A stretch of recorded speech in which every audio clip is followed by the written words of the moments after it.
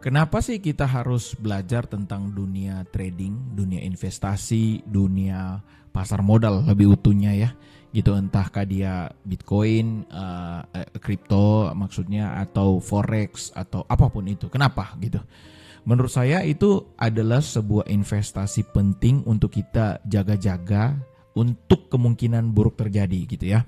Jadi banyak hal yang pernah terjadi di dalam kehidupan kita sebagai orang yang mencari nafkah di dunia yang fana ini, asik. Jadi misalnya kemarin ada pandemi. Jadi karena pandemi ada beberapa orang yang akhirnya nggak bisa mendapatkan pekerjaan lagi gitu karena pandemi. Mungkin udah usaha yang tutup, ada tempat misalnya Anda punya usaha rumah makan tutup, Anda punya pekerjaan yang berhubungan dengan bertemu orang nggak bisa karena waktu itu diwajibkan untuk tetap tinggal di rumah. Nah, untuk itu pentingnya kita mempelajari dunia pasar modal ini agar menjadi jaga-jaga kita di kemudian hari. Nah, apakah hanya kita yang memikirkan hal tersebut atau apakah tindakan kita ini adalah tindakan yang tepat dan benar gitu. Jadi itu menjadi sebuah pertanyaan yang harus kita pertanyakan. Jangan sampai kita belajar keren-kerenan tapi kita tidak mengerti bahwa ini penting gitu ya. Di konten kali ini saya akan ngebahas tentang Bitcoin dijadikan sebagai government treasurer atau sebagai harta lindung aset, sebagai sebuah cadangan aset atau sebagai pelampung, bahasa gampang ya. Jadi misalnya mereka sudah siapkan sebuah pelampung, sudah siapkan aset jaga-jaga, berarti mereka memikirkan bahwa ada kemungkinan suatu waktu akan terjadi masalah, akan terjadi sebuah bencana yang bisa membuat mereka kehilangan kekuatannya gitu ya. Kalau tidak ada pemikiran seperti itu ngapain gitu ya, seperti misalnya kalau Anda naik kapal laut misalnya ya, tersediakan begitu skoci, tersedia pelampung, bahkan di pesawat itu tersedia juga pelampung ya apabila terjadi pendaratan darurat. Nah, itu semuanya kan tujuannya adalah untuk sebagai jaga-jaga gitu. Nah, kita lihat di sini. Di dunia ini terdapat beberapa negara yang menjadikan Bitcoin sebagai aset lindungnya atau sebagai harta sebuah negara, harta sebuah pemerintahan yang menjadikan Bitcoin sebagai lindung asetnya, sebagai pelampung, bahasa gampang. Nah, itu tertinggi ada di, kalau sebagai negara ada di Amerika. Amerika memiliki sekitaran 198 Bitcoin gitu, dan diikuti dengan 108,1 ya, 0,01 gitu ya. Diikuti dengan Cina, UK atau Inggris, ada Ukraina, Bhutan.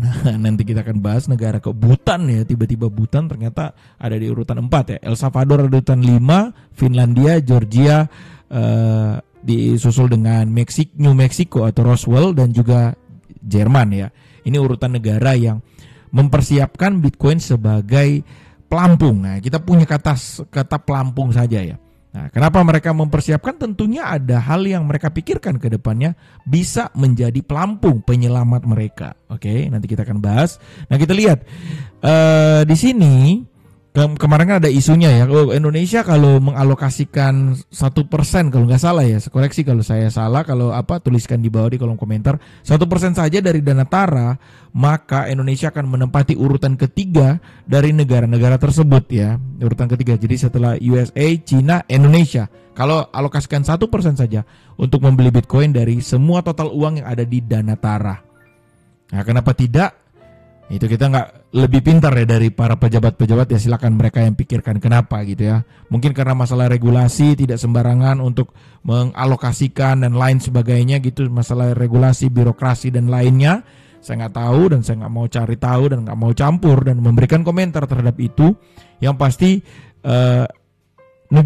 tiga negara luar biasa ya. Jadi Amerika, Cina dan juga UK ini mau memberikan pandangan terhadap Eropa, berarti ya, Eropa secara keseluruhan gitu.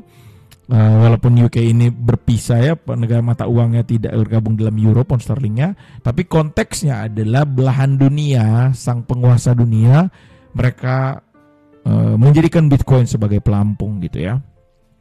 Oke, kita melihat di sini kalau ini sebuah negara, sekarang kita melihat sebagai sebuah perusahaan gitu ya. Nah, kalau sebuah perusahaan perusahaan itu terbagi dua ya, ada perusahaan public company dan private company. Apa perbedaannya public company dan private company? Kalau public company itu perusahaan-perusahaan yang go public, jadi sahamnya bisa Anda beli gitu ya, seperti ya ada kalau di Indonesia ada kode TBK, berarti terbuka kepada public, go public, jadi public company. Anda bisa membeli sahamnya di bursa dan Anda menjadi salah satu pemilik dari perusahaan itu. Walaupun saham Anda misalnya saya beli misalnya contoh strategi ya, kode sahamnya tikernya MSTR. Strategi ini dulu namanya MicroStrategy, makanya namanya MSTR. Dan mereka rebranding dari MicroStrategy menjadi strategi, oke? Anda walaupun hanya alokasikan 100.000 untuk membeli strategi, bahkan bisa 5.000 kalau nggak salah ya kalau di Nanovest. Kalau saya nggak salah, silakan tulis komentar di bawah kalau saya salah.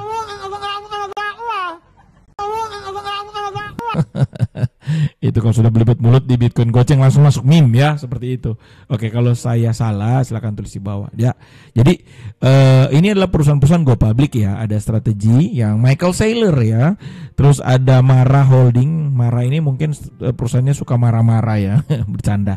XX1 ini tempat nonton film ya, bercanda lagi ya. Jangan sampai dibawa serius saja itu. Metaplanet ada dan lainnya ya. Riot Platform, Tramedia and Technology, ada Coinbase Global ya. Yang diisukan Coinbase ini nanti sebentar akan listing tokennya juga native token. Itu hanya isu ya, saya nggak tahu kebenarannya seperti apa. Oke, ini adalah perusahaan-perusahaan go public. Artinya perusahaan-perusahaan go public ini ada beberapa yang bukan beberapa, perusahaan ini perusahaan besar di dunia seperti MicroStrategy ya, MSTR dengan total holding 639.000. Kalau dalam USD itu 69 billion. Oke, 69 billion ya, billion US dollar. Oke, billion ya, bukan million, billion. Berarti miliar. Oke, miliar US dollar. Nah, kalau million berarti juta US dollar. Ini billion. Nah, berarti mereka nggak main-main ya dalam konteks mereka menjadikan Bitcoin sebagai aset lindung mereka gitu ya. Nah, kita kalau lihat ada private company sekarang. Private company itu lebih, kalau tadi kan sahamnya bisa dibeli ya, ada go public. Kalau ini enggak, mereka tertutup, enggak go public, tapi bisa dijual beli. Jadi kepemilikannya itu lebih tertutup, lebih ke mereka, hanya mereka dan mereka gitu ya. Nah, ada banyak, ada Black One, ada Tether Holding Limited ya, Tether kita tahu bersama, ada SpaceX. Nah, Anda tahu SpaceX itu milik siapa ya? Silakan cari tahu sendiri. Ya, ini cara cari tahu gampang lah. Ini sekarang dunia sudah canggih, jangan terlalu katrok-katrok amat ya. Tinggal aja di ini dicari di kode tikernya ini perusahaan bergerak di bidang apa gitu. Nah, kalau ini ETF. Kalau tadi kan ini adalah public, jadi sebuah perusahaan yang menjadikan Bitcoin salah satu strategic reserve-nya adalah dia menyimpan uang melalui Bitcoin. Jadi kalau orang lain konvensional tuh manusia simpan emas, kalau mereka kalau konvensional tadi caranya simpan emas, kalau ini yang lebih keren sedikit yaitu menyimpan Bitcoin ya. Oke. Ini private company. Nah, sekarang ETF. ETF ini adalah exchange trading fund. Saya sudah pernah bikin videonya, silakan cari di Bitcoin Goceng, scroll ke bawah tentang ETF, tentang cara tracking Bitcoin, bagaimana dia bisa naik turun dari ETF inflow outflow, silakan cari ya di channel Bitcoin Goceng. Nah, konteksnya adalah di ETF ini ada beberapa ETF dari misalnya IBIT ini ya, iShare Bitcoin Trust, kodenya IBIT. Nah, ini miliknya BlackRock ya. Nah, terus ini ada ETF dari Fidelity, kodenya tikernya FBTC ya. Ini dan lainnya sampai ETF yang di bawah. Jadi ini beberapa ETF yang mereka membuka jasa exchange trading fund ya, membuka jasa orang-orang bisa membeli Bitcoin. Jadi contoh misalnya Anda membeli ETF IBIT, contoh ya, IBIT, iShare Bitcoin Trust, Anda membeli ini. Berarti pada saat Anda membeli berapapun uang yang Anda taruh, Anda akan masuk di dalam total USD yang mereka punya, atau menambah market cap mereka, menambah supply mereka, total semua yang mereka miliki. Nah, Anda sebenarnya membeli Bitcoin tapi via BlackRock. Uang Anda dititipkan ke BlackRock, seperti itu ya bahasa gampangnya. Saya sudah pernah bikin videonya, silakan dicari ya, tentang ETF. Cari aja di Bitcoin Goceng di channelnya, ketik ETF-nya. Jadi yang saya mau simpulkan adalah baik dari government, sampai kepada perusahaan, mereka membeli Bitcoin, mereka menjadikan Bitcoin sebagai aset lindung nilai, aset penting gitu ya. Jadi kalau Anda sekarang adalah seorang pribadi yang merasa kayak, oh saya Apa itu Bitcoin itu scam, Bitcoin itu adalah hal-hal yang bodoh, Bitcoin itu adalah orang-orang yang sok pinter dan lain sebagainya. Silakan lihat ya, orang-orang yang membeli Bitcoin, yang perusahaan-perusahaan menghandle membuka ETF-nya untuk Bitcoin. Ini ETF berarti sudah sah ya secara undang-undang di Amerika gitu, dan bahkan negara. Nah, kita lihat bahkan kembali ke negara tadi ya, ada negara tadi yang Bhutan. Mungkin ada yang di sini kurang tahu tentang Bhutan ya. Bhutan ini adalah saya bikin catatan ya kalau nggak salah ya. Bhutan ini adalah negara, bentar saya bikin catatan kalau nggak salah ya, Bhutan ini. Nah, Bhutan ini adalah negara yang apa namanya? Dia negara yang kecil gitu, negara yang tertutup gitu ya. Negara yang malah kemarin kalau saya baca ya, Bhutan ini mereka lebih mementingkan gross happiness, gross national happiness (GNH) ya, daripada GDP. Jadi mereka mengutamakan kesejahteraan warganya gitu, punya alam yang terjaga, mereka punya landscape yang bagus. Nah, kenapa mereka berada di urutan kelima dalam kepemilikan Bitcoin, malah di atas El Salvador, yang dimana-mana kalau misalnya kita lihat postingan-postingan di sosmed dan lain sebagainya, El Salvador tuh membeli Bitcoin gitu ya. Nah, perbedaannya adalah Bhutan ini mereka itu ternyata sudah punya tambang Bitcoin gitu ya. Tambang Bitcoin kalau saya catat di sini adalah lewat perusahaan negara yang bernama Drug Holding and Investment ya. Bhutan mulai mining Bitcoin sejak 2019 ya, pakai energi hydro. Mereka memanfaatkan listrik sungai dan pegunungan melimpah. Bayangin ya, mereka pakai listrik sungai dan pegunungan untuk bikin tambang Bitcoin. Jadi pembangkit listrik tenaga air, dan listriknya itu dijadikan tambang Bitcoin ya, itu pakai bikin tambang Bitcoin. Saya nggak mau jelaskan tentang tambang, itu udah materi yang berbeda. Konteksnya adalah ya, kalau El Salvador mereka itu melakukan tambang melalui adopsi secara nasional, yaitu dengan pemerintah membeli Bitcoin gitu ya. Tapi kalau misalnya di Bhutan itu mereka melakukan tambang Bitcoin. Nah, kalau misalnya, jadi saya gambarkan kalau misalnya Bhutan itu sovereign miner ya.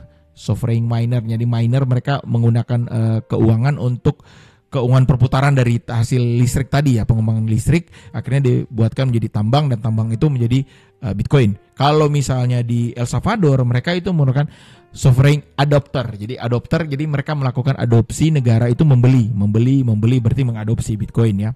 Kalau Indonesia kan bikin sovereign wealth fund, Danatara, dan nggak tahu apakah salah satu dananya akan dipakai untuk pembelian Bitcoin atau apa ya, seperti itulah gitu ya, konteks bagaimana negara membeli Bitcoin. Nah, tapi kan dari konteks ini ya, kita harus mengetahui kenapa negara itu pengen untuk mengadopsi Bitcoin. Oke, kita harus tahu kenapa negara pengen mengadopsi Bitcoin. Nah, ini beberapa poin yang bisa dicatat ya.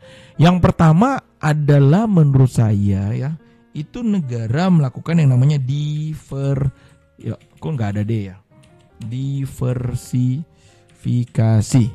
Oke. Melakukan diversifikasi. Nah, diversifikasi itu adalah misalnya cadangan negara, misalnya contoh kan misalnya ini, cadangan negara itu biasanya diversifikasi atau cadangannya disimpan dalam bentuk dolar ya. Dolar, emas atau obligasi gitu ya. Tapi dengan memiliki Bitcoin, mereka seakan memiliki kontrol yang lebih daripada beberapa aset yang dikuasai oleh negara lain gitu ya.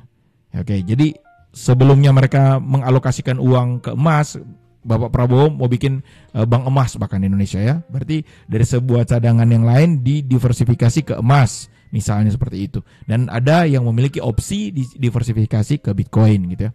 Nah, yang kedua adalah mereka itu ingin melakukan yang namanya hedging.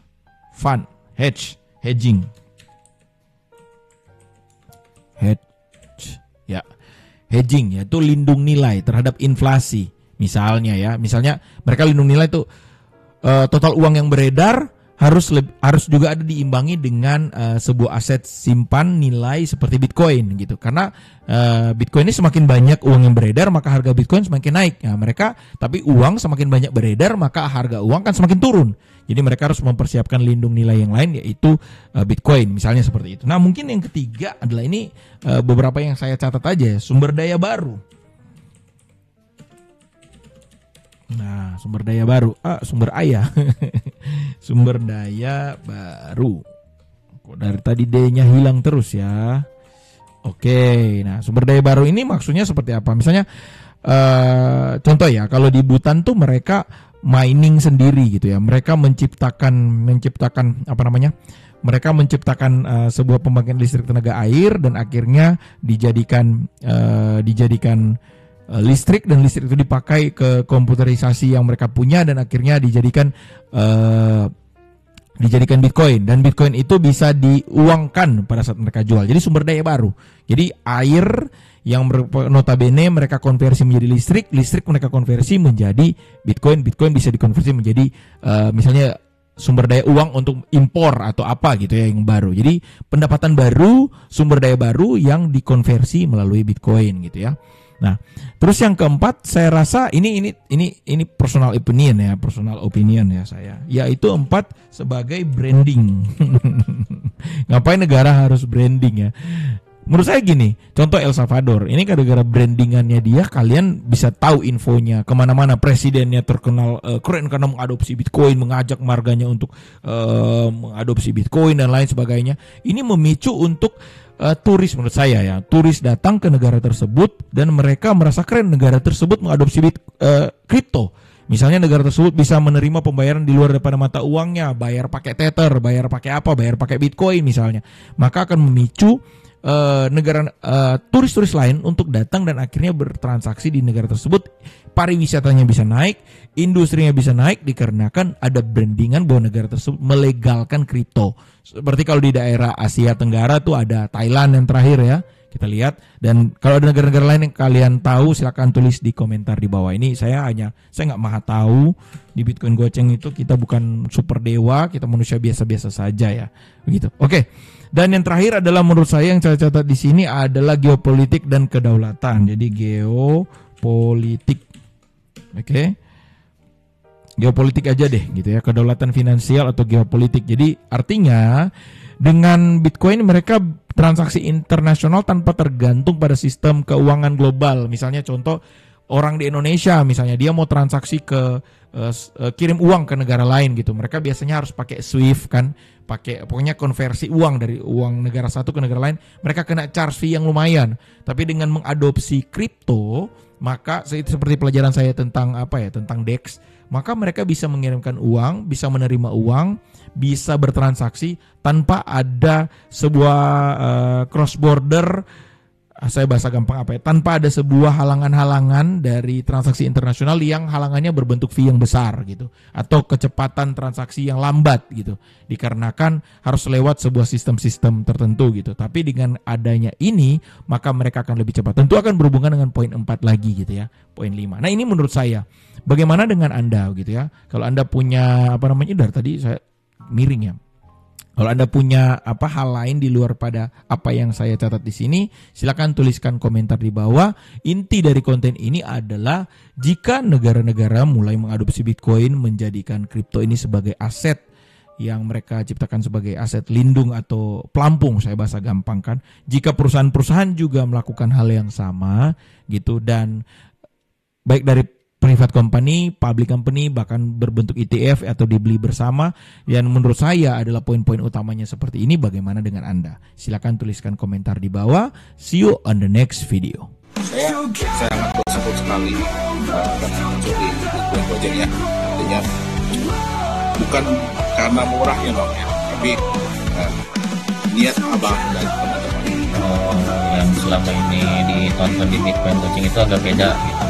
Dibanding yang lain kan kebanyakan fokus ke trading dari Bitcoin Goceng itu benar-benar mengajarkan kita tuh mulai dari nol. Di tiap trade saya ambil 1 blok di area di 3 dan 4 di hari ini. Happy benar karena saya disambut dengan baik di sini. Ya tiba-tiba kebanting ke 40.000 kan.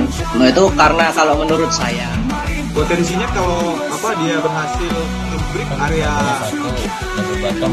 Nah ini kita dapat ininya nih. Double bottom. Jiwa muda semua nih. Keren-keren abang-abang semua sini.